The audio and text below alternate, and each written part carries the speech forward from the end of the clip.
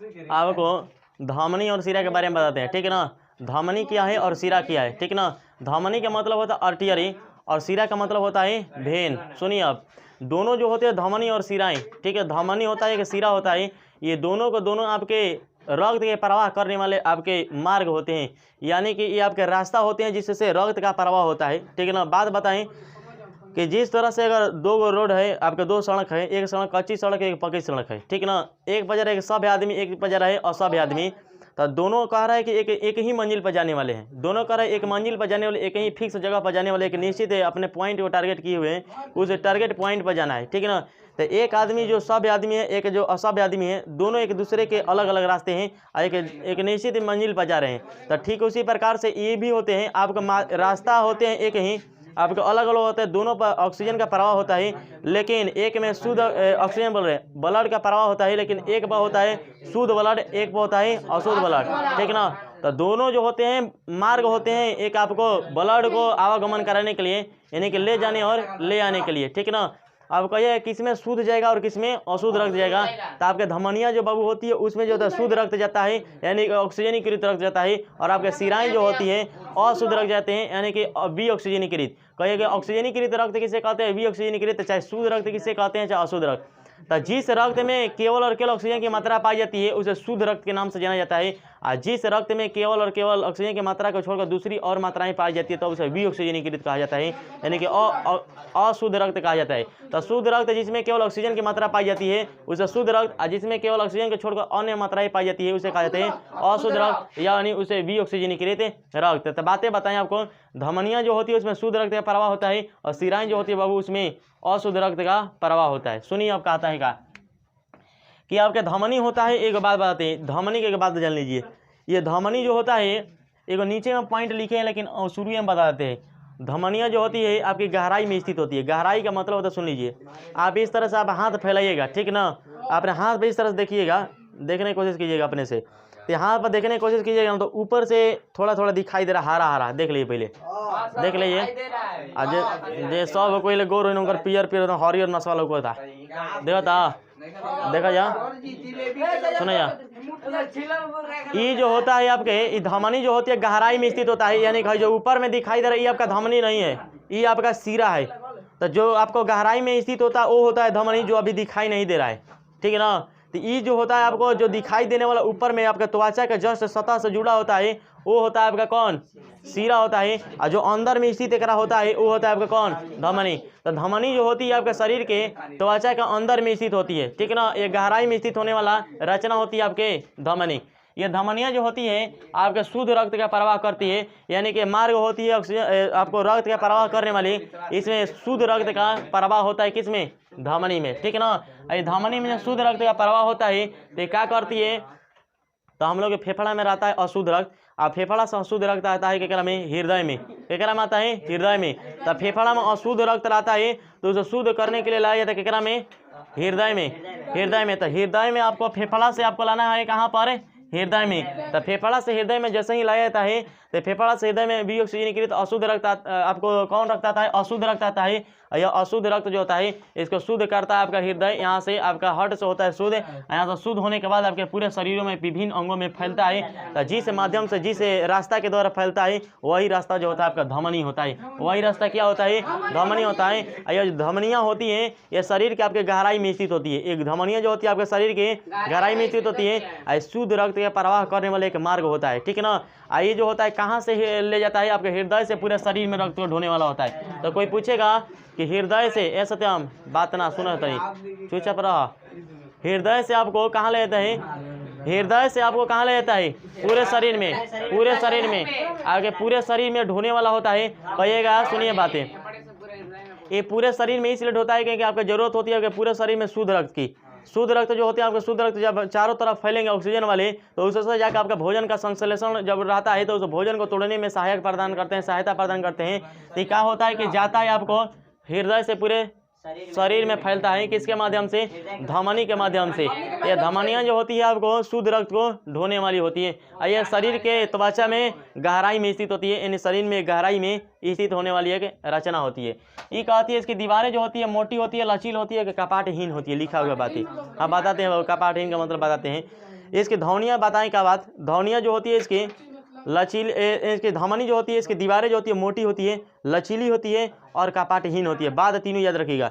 मोटी का मतलब मोटी समझ रहे हैं आप लोग, दीवारें मोटी है, ठीक है ना। इसकी दीवारें मोटी है, लचीली है। मोटी होते हुए भी, इनकी दीवारें मोटी होते हुए भी आपके लचीली होती है, यानी कि मुलायम होती है, ठीक है ना। एक लिखा हुआ है आपको कपाटहीन होते हैं, लिखा हुआ है कपाटहीन होते हैं, यानी कि इसमें कपाट नहीं पाए जाते हैं। यानी कि देखिएगा, आपको बताते हैं कि आपका ट्यूब देखें साइकिल के ना, देखिए इधर से हवा आप दे दीजिएगा ना, इधर से हवा जब भर दीजिएगा तो ओकरा में भाल्टू लागल रहता है, लगा रहे ना, तो भाल्टुआ लागल रहता है तो वह कहता है कपाट, क्या रहता है कपाट। तो इन्हें से जब हवा भर देते हैं तो उधर से फेंकता है, पीछे से ना फेंकता है, देख लीजिए नहीं फेंकता, लॉक कर दीजिएगा, फेंकता है ना, यानी कि उसमें कपाट रहता है। तो एकरा में कपाट नहीं रहता है, तो जब कपाट नहीं रहता तो इन्हें से सड़क से बड़ो या फड़ाक से पीछे बगला जी, कोई दिक्कत ना, क्योंकि एकरा में बढ़बे नहीं कल तो कहाँ ले रोकी कोई, तो रोकने वाला इसमें नहीं होता, नहीं कपाट नहीं होता इसमें, कोई उसको रुकावट डालने वाला उसमें कोई आपका ट्यूब में जो आपका भाल्टू होता है, भेजल्स होते हैं, उस भेजल्स के जैसा आप में इसमें कोई कपाट नहीं होते हैं,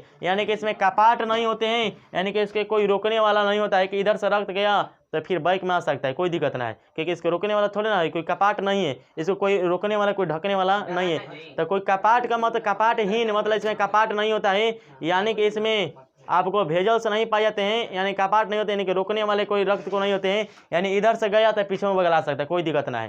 कोई कहीं आ सकता है, तो मान लीजिए कि यहाँ से हृदय है, हृदय से पूरे शरीर में चल दिया, अब देख रहे हैं कि इन्हें ढेरका मात्रा में आपको रक्त पहुँच गया, शुद्ध रक्त। अब कह रहा है कि इन्हें पहुँच गए है, चलो पहुँच गए, तब बाइक में जाए के बाद, तब बाइक में गिरना तोड़ी, तो कहे बैग में चल, तब पीछे से घूम जाए। आ हेकरा में जब आई बेग से के लिए तो रक्त में जब सीरा रहेला, तो एक मगर चल दिल आगे से ना, तो पीछे बगलना हो भले वही में जताइल रही में कोई दिक्कत नहीं है, क्या हाँ में भेजल से रहते हैं, जिस कारण से बैंक में नहीं आ सकते। और सीधे समझ लेंगे, अब भाल्टू देख रहे हैं ना, तब भाल्टू रहता है तो बाइक में उसे हवा निकलता है ना, निकलता है, लेकिन भाल्टू ना है तो आगहूँ से जाइए भाई ना हो तो कोई जाके साइकिल में भरे जा, भाल्टू ना रहे हवा मैंने फड़ाक से निकल जो निकल जाए कि ना, हाँ तो निकल जाता है, क्योंकि उसमें जो होते हैं आपके कपाट उपस्थित नहीं रहेंगे तो निकल जाएंगे, कपाट उपस्थित रहेंगे तो नहीं निकलेंगे, ठीक है ना। तो इसमें कपाट नहीं पाए जाते, इसकी दीवारें जो होती है मोटी होती है और लचीली होती है। अब आज ये धमनियाँ जो होती है, इसमें फुफ्फुस धमनी नामक एक पाया जाता है, ठीक है ना। फुफ्फुस धमनी एक प्रकार का धमनी है, चित्र में दिखाते हैं हम आपको, एक प्रकार का धमनी है आपको फुफ्फुस धमनी। ये फुफ्फुस धमनियाँ जो होती है अपवाद में गिनी जाती है। ऐसे आपको धमनी के बताएं क्या है कि शुद्ध रक्त को ढोने वाली होती है, कौन रक्त है, शुद्ध रक्त को ढोने वाली होती है। लेकिन जब अपवाद बा तो उल्टा काम करी ना, घर का लड़का के कहल बा कि फलना घर से बतियावे के नहीं खे, तब कहते अपवाद बा, मतलब के घर बतियावता फलना से नहीं के बतियावे की, ठीक है ना, लेकिन वो बतियावता एक मतलब अपवाद बा। तो वैसे एक में धमनी के अपवाद में बा फुफ्फुस धमनी, यानी कि धमनी तो सीधा शुद्ध रक्त के ढोवेला, लेकिन जब अपवाद में बता शुद्ध रक्त के ना ढोए, यानी कि अशुद्ध रक्त के ढोने वाला है। तो कहेगा अशुद्ध रक्त को ढोएगा कहाँ से, तो आपको अशुद्ध रक्त जो उपस्थित होते हैं पूरे शरीर में जो पाए जाते हैं, तो उसे पूरे शरीर में जो पानी पाए जाने वाला आपके विऑक्सीजनीकृत रक्त होते हैं, यानी कि अशुद्ध रक्त होते हैं, उसे फेफड़ा से कहाँ लाता है, हृदय में लाता है, और तब हृदय में शुद्ध करता है, अशुद्ध करके तब बाहर निकलता है। सुनिए तब क्या करता है, ये फुफ्फुस धमनियाँ जो होती है अपवाद में गिनी जाती है। ये क्या करता है, आपका धमनी जो होता है शुद्ध रक्त को ढोने वाला होता है, लेकिन ये फुफ्फुस धमनियाँ जो होती है अशुद्ध रक्त को ढोना शुरू कर देती है। ये फेफड़ा से बेचारा ढोए चालू कर देता है, कौन, विऑक्सीजनीकृत रक्त को, अशुद्ध रक्त को कहाँ पहुँचाता है, हृदय में। तो ये फुफ्फुस धमनियाँ जो होती हैं अशुद्ध रक्त को ढोने वाली होती है। अब आज ये एक बात है गहराई वाला बताइए दिए, गहराई में स्थित होते हैं। एक बार आपको वन शॉट फिर बताते हैं। आपका धमनियाँ जो होती है कहाँ पर, गहराई में स्थित होती है, आपके त्वचा के यानी कि आपके शरीर के गहराई में स्थित होती है, और ये शुद्ध रक्त को ढोने वाली होती है, यानी कि शुद्ध रक्त उससे कहा जाता है जिसमें ऑक्सीजन उपस्थित होते हैं, ठीक है ना। तो शुद्ध रक्त को ढोने वाली होती है, और शुद्ध रक्त को कहाँ से ढोती है, हृदय से पूरे शरीर में ढोती है। इसकी दीवारें जो होती है मोटी होती है, लचीली होती है और कपाटहीन होती है, यानी कि इधर से आपको जाएगा का ब्लड, इधर से अगर ब्लड जाएगा तो उसे बाइक से आ भी सकता है, कोई दिक्कत ना है, क्योंकि इसमें कपाट नहीं होते हैं, यानी कि उसमें भेजल्स नहीं पाए जाते हैं, यानी भाल्टू उसमें नहीं पाए जाते हैं। याद रखिएगा, आपके धमनी होते हैं उसमें भाल्टू नहीं पाया जाता। साइकिल वाला भाल्टू है ना, उस भाल्टू ना, पता चला कि साइकिल में भाल्टू खराब हो जाता आदमी लगा दे, लेकिन एक भाल्टू ना अंदर लगा कोई, ठीक है ना। इसमें प्रकृति के देना इसमें भाल्टू नहीं रहता है, कोई ना लगा। अच्छा ये बताइए तो तनी चल दे हृदय से निकल के, हृदय से निकल को आपको चल दिया पूरे शरीर में, ठीक है ना। पूरे शरीर में आपको जैसे ही गया रक्त गया, तो मान लीजिए कि गया इधर एरिया में, कोई आपके शरीर के कोशिकाओं में फैला, कोशिकाओं में फैलने के बाद देखा कि इधर पहले ही से ऑक्सीजन चला गया, ढेर का मात्रा हो गया, तब बैक मान होगा तो कैसे आएगा, नहीं रहेगा। तो जब कपाट रहेंगे तो कैसे आएगा, नहीं आएगा। जिसके कारण से कपाट नहीं रहता तो ठीक रहता है क्योंकि वो बाइक में आ सके, ठीक ना। नहीं रहेगा तो पता चले कि गोइल बा तू हमें लगे, पता चल के आधा दिन ऑक्सीजन पहुँचल बा, आधा दिन पहुँचल नहीं के, पता चले कि एक बार खाए तनी टुकड़ा हो गया भोजन के तेने भले ही नहीं खे, तो ऐसे दिक्कत बा, ठीक ना। इसलिए आपको जो आपके कपाट नहीं होते हैं तो बहुत अहम भूमिका निभाता है, क्योंकि इसमें आगे तरफ पीछे तरफ दोनों तरफ से परवाह एकदम निश्चित तरीके से एकदम ढंग से होंगे। लेकिन एक बात और याद रखिएगा, ये जो होते हैं जो आपके गहराई में स्थित होते हैं इनकी दीवारें संकीर्ण होती है। संकीर्ण का मतलब होती है पतली होती है।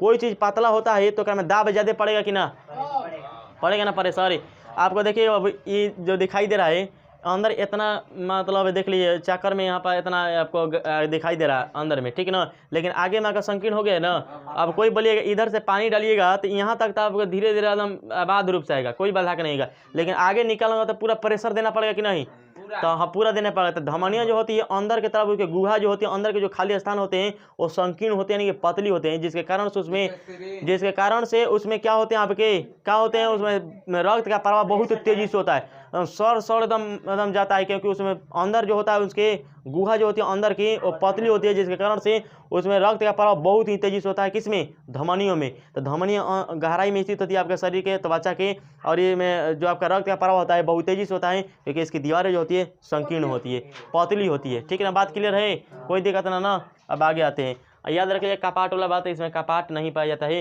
क्योंकि उसमें आगे पीछे दोनों तरफ ब्लड बहने वाला होता है, क्योंकि जिस भाग में आपको ब्लड नहीं है शुद्ध ब्लड, उस एरिया में आपको शुद्ध ब्लड को ढोने का काम करने वाला होता है। आज अब कहता है सीरा है क्या, सिराएं मतलब भेन। सीरा से विज्ञान के भाषा में सीरा करना, अपने भाषा में आप लीजिएगा तो सीरा का मतलब होता है नस, सीरा का मतलब नस। तो इतना पता कितना कोई बुझा कर नस दिखा था, देखा जाए अपन नस दिखा था, जे पातर छितर आदमी होई ओकर और देखी, आ जे ज्यादा गोर होई उनकर और देखियन, आ जे सब को पियर रही ना तो उनका हरियर देखियन, देखा जाए ना अपन देखा जाए। तो आपको जो दिखाई दे रही है बाबू, ये सभी के सभी आपके क्या है, यही आपके भेन होते हैं, भेन सीरा होते हैं, ठीक ना। यही जो आपके सिराएं होती हैं, तो आपके शरीर के जो आपके नज़दीक स्थित, त्वचा के नज़दीक स्थित होते हैं, वही क्या होता है, सीरा होता है। वही क्या होता है, सीरा होता है। यही जो सीरा होता है जो आपका देखिएगा, कोई साफ आदमी होगा तो हमें साफा हरा हरा दिखेगा, देख लीजिएगा आप लोग साफ आदमी। हाँ आए, अरे इधर बी ऑक्सीजन रक्त बहने वाला होता है, इसलिए दिखाई देता है अशुद्ध रक्त, ठीक है ना। सुनिए अब दिखाते हैं, आप सुनिए हारा, देखिए हारा, हाँ बाबू सुनिए, हारा किस में दिखाई देता है, हारा बताते हैं। हारा वो हमें दिखाई देता है, बात सूर्य में बोले, हारा उस आदमी में दिखाई देता है जिसका हाथ सफेद होगा। आप देख लीजिए किनका सफेद, उनमें हारा हारा दिखाई देगा, ठीक है ना। ये हारा हारा दिखाई देने वाला होता है, जो साफ लोग होते हैं उन लोगों में साफ साफ दिखाई देता है। तो ऊपर आपके त्वचा के जो ऊपर स्थित होते हैं वही कौन होते हैं, भेन होते हैं, यानी कि सीरा होते हैं। तो सुनिए एक बात बताते हैं, कोई के पता चलाते हैं आप कुछ बातें।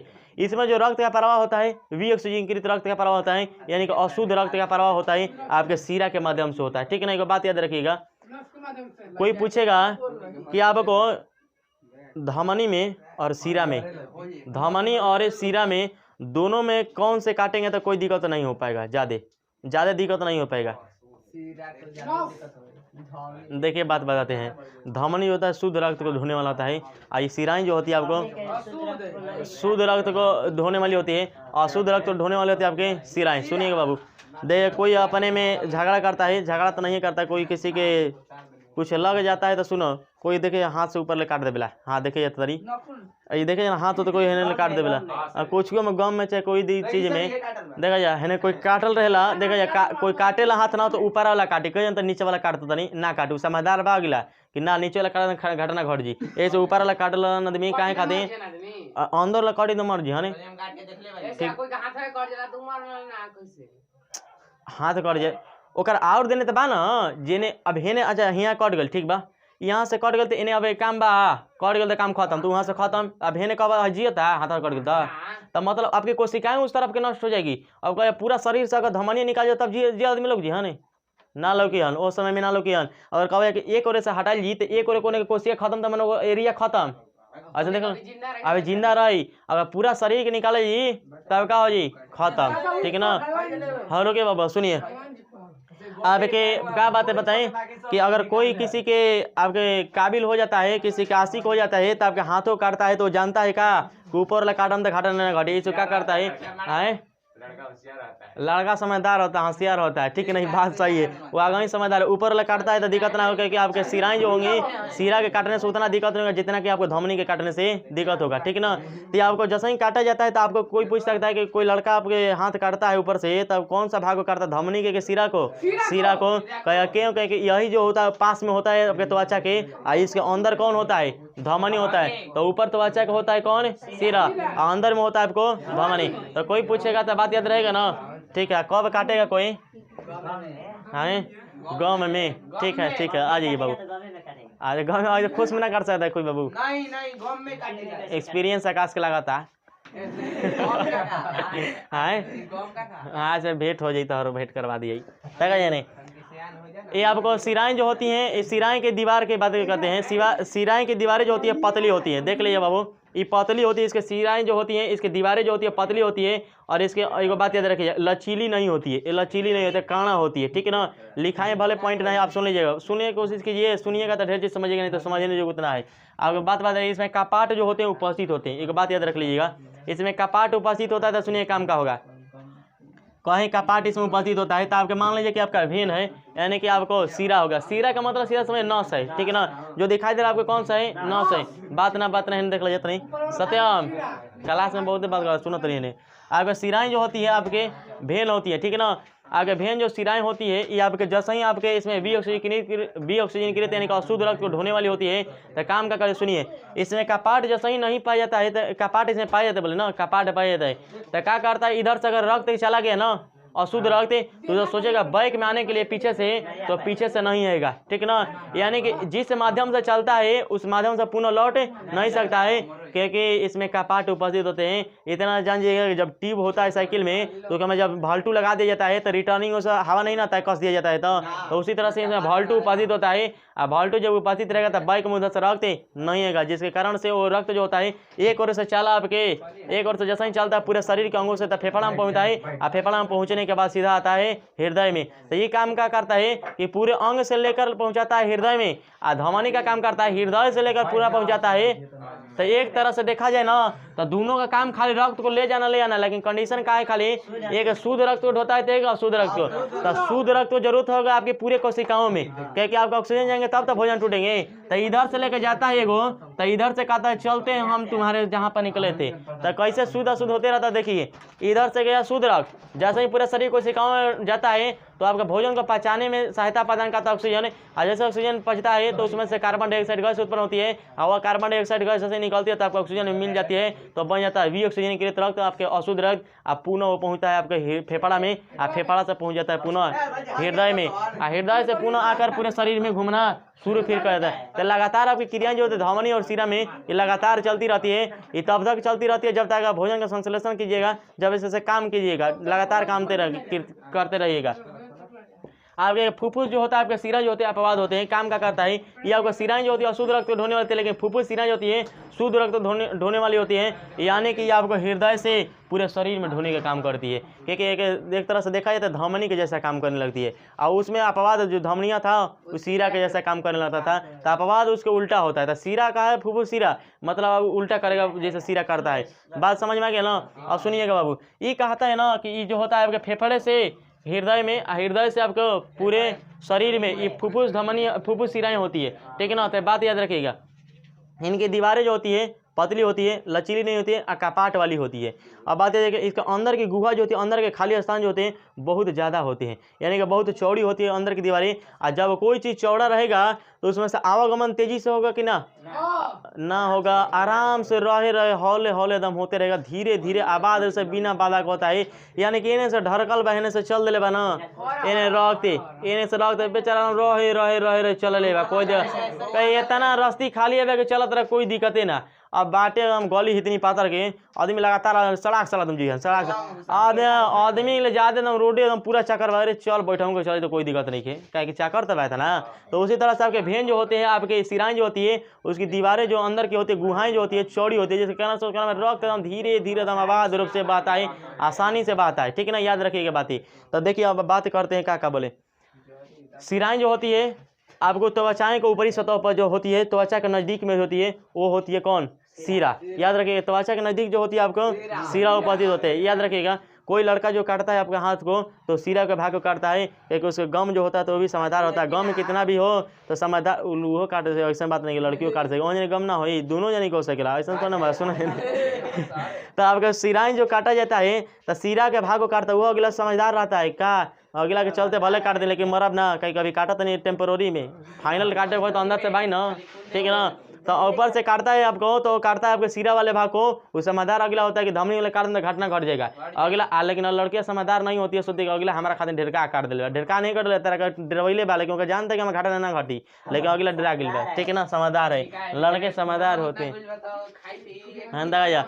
तो सिराएं जो होती हैं आपके सतह के नज़दीक में आप स्थित होती है, और इसमें संकीर्ण होती नहीं है, आपका चौड़ी होती है, इनके अंदर की गुहा, जिसके कारण से इसमें आबाद रूप से रक्त बहते रहता है। इसमें कपाट नहीं होते, इसमें कपाट नहीं होते हैं, कपाट इसमें होते हैं, सिरा में कपाट होती है, सिरा में कपाट होती है, धमनी में कपाट नहीं होती है, सिरा में कपाट होती है, जिसके कारण से इधर से अगर रक्त जाता है तो पुनः उधर से नहीं आ पाता है। एक बात याद रखिएगा, सिरा में कैसे रक्त प्रवाहित होते हैं, शुद्ध रक्त का शुद्ध रक्त, अशुद्ध रक्त। अब कोई पूछेगा शुद्ध रक्त रहेगा तो शुद्ध करने के लिए हृदय में जाना पड़ेगा ना, यानी कि पूरा अंग से पहुंचे कहाँ में, हृदय में। आज जब धमनी होता है शुद्ध रक्त धोने वाला, तो शुद्ध रक्त तो है आपको हृदय में, तो हृदय से फैलेगा कहाँ, पूरा शरीर के अंग में, पूरे शरीर के अंगों में, यानी कि पूरे शरीर में। याद रखिएगा, तो ये आपका धमनियाँ जो होती है कहाँ से कहाँ काम करती है, आपके हृदय से पूरे अंग में, पूरे शरीर के अंगों में। आज आपका सिराएं जो होती है पूरे शरीर के अंगों से आपके फेफड़ा में, या फेफड़ा से हृदय में। तो याद सीधा रखिएगा, शरीर के अंग से पूरा कहाँ, फेफड़ा में, या फेफड़ा से हृदय में पहुंचाता है, या बातें करते हैं ऑक्सीजन को ले जाने का काम करते हैं। तो धमनी और सिराएं, धमनी और सिरा बात दोनों की याद रखिएगा। बाबू इसमें दिक्कत तो दिख रहा है, कुछ अंतर बता दे, कुछ अंतर बताते हैं।